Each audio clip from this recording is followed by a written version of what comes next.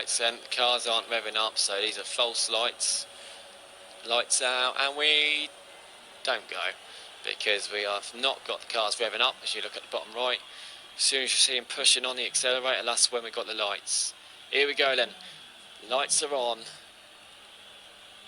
Invisible, but they are. And now we have lights out, and away we go. Idenzo leads them away well. We've got Sloth falling down already. Clarkie's had a terrible start, and he's been taken by Rick Dalton already. Walker's side by side of him. Rick goes down the inside of his teammate Emerson. Contact is made.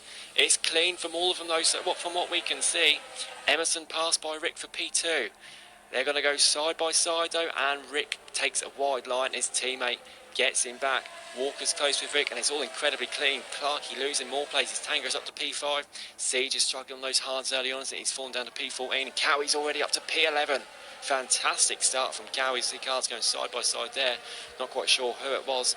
Both Renaults then up to P9, P10. Crooksy's had a good start too. And Siege and Nightwing. Siege has got damage, and Nightwing looked all over the place there. Not sure what happened. And then Siege is side by side with Farf. It's been a poor start for Siege, and I'm not sure how he drops them a few places down at the beginning. Siege with that wing damage. Bradfield and Murphy behind him now, putting him under pressure. It was a good start, though. Apart from that, as we see, Nightwing's lost it. Nightwing's lost it, and he's lost his wheel then. And Siege lost it as well just before.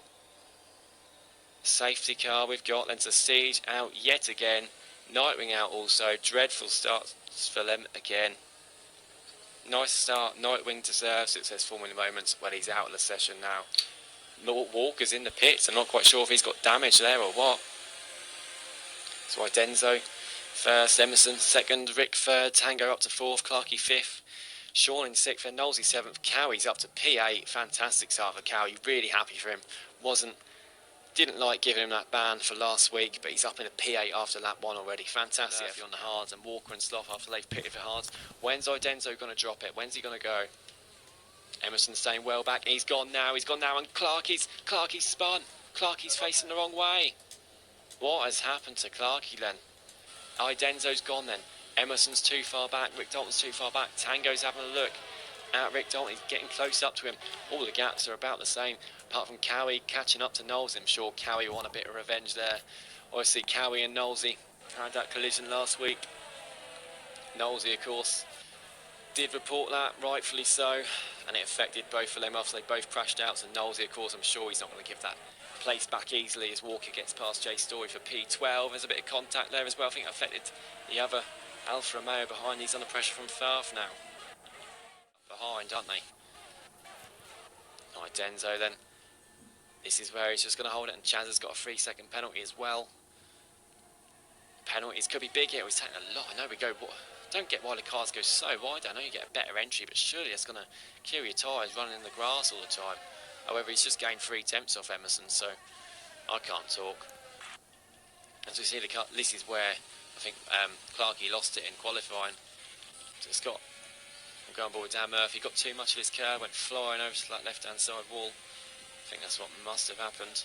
Can't think of any other way how it did happen.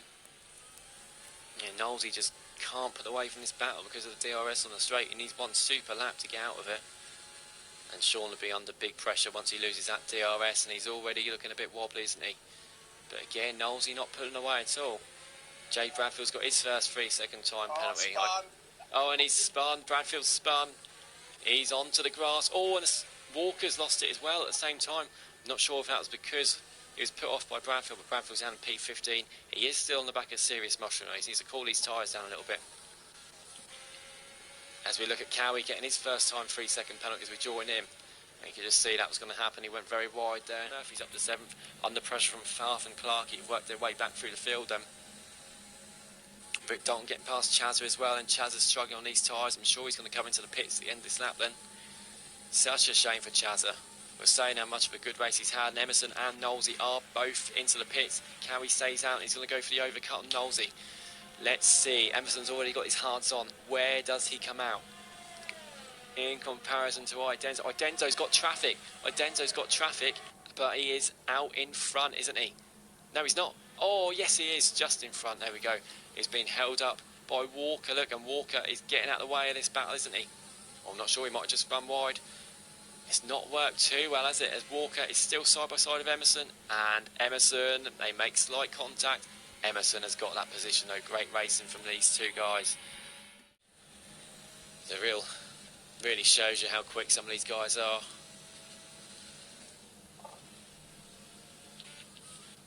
It's still about half a second between Idenzo and Emerson, as it has been pretty much the whole race so far. Idenzo just, it does look like he's going to have to make a mistake of some sort in the last couple of corners for Emerson to have that chance, or maybe a time penalty. He might do it in the end, but we rarely see Idenzo get penalties. And again, Idenzo just manages to get enough onto the straight, doesn't he? Look, he's just a bit too far away.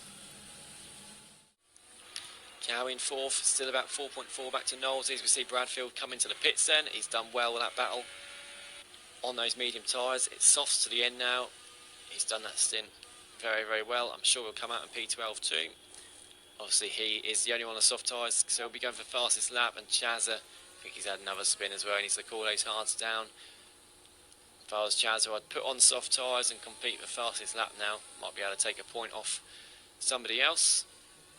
And Tango's retired the car in the pits then. So Tango, such a shame to see there, but he wasn't going to get any points unless there was a safety car. I'm not sure what happened with his crash there. He lost a lot of his wing. And Knowles, he's got a 3-second time penalty, so that just shows the pace of the top two. A league of their own.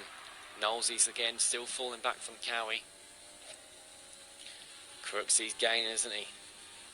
Clarkey's gaining too, so Clarkey, if he can pull up to these two, P5 could be his. He needs to be within 3 seconds of Knowlesy and avoid getting any penalties himself.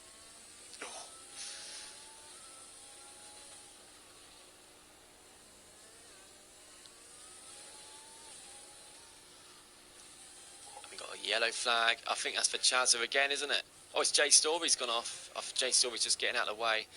And Chazza has clipped that right-hand side of curb again. He's not having a good time at all at the moment, is he? After his best qualifying for a long time. Car being lapped. Chazza pitted again, I think, for some more fresh softs. We'll be looking for fastest lap. We're on board with Emerson as he goes through the final couple of corners.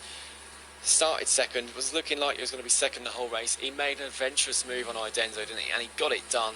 But he has got that 3-second time penalty, as you can see on the corner. So Emerson, after winning the last 2 races, will cross the line in first, but will be demoted to second because Idenzo will win the Hungarian Grand Prix. He won 5 in a row in October. Emerson's won the last 2. Idenzo takes it back then. Rick Dalton's going to take home a comfortable P3. He was under pressure from Tango for a long time. Tango spun out then, and Rick Dalton was left to take that podium. Great race from Rick. Cowie takes P4 then, brilliant effort after starting at the back. Clarkey's going to take a comfortable P5, and that was down to 1.2 in the end because having no penalties. Crooksy takes P6, but Farf gets P6 because of the penalties for Crooksy. And Dan Murphy, he's only 2/10 off 7th then.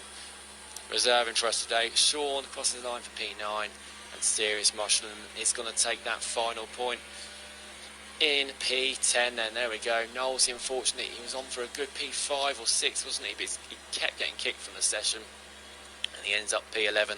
Well, we just wait for Bradfield across the line in P12. That early spin took him out of the race, really, didn't it?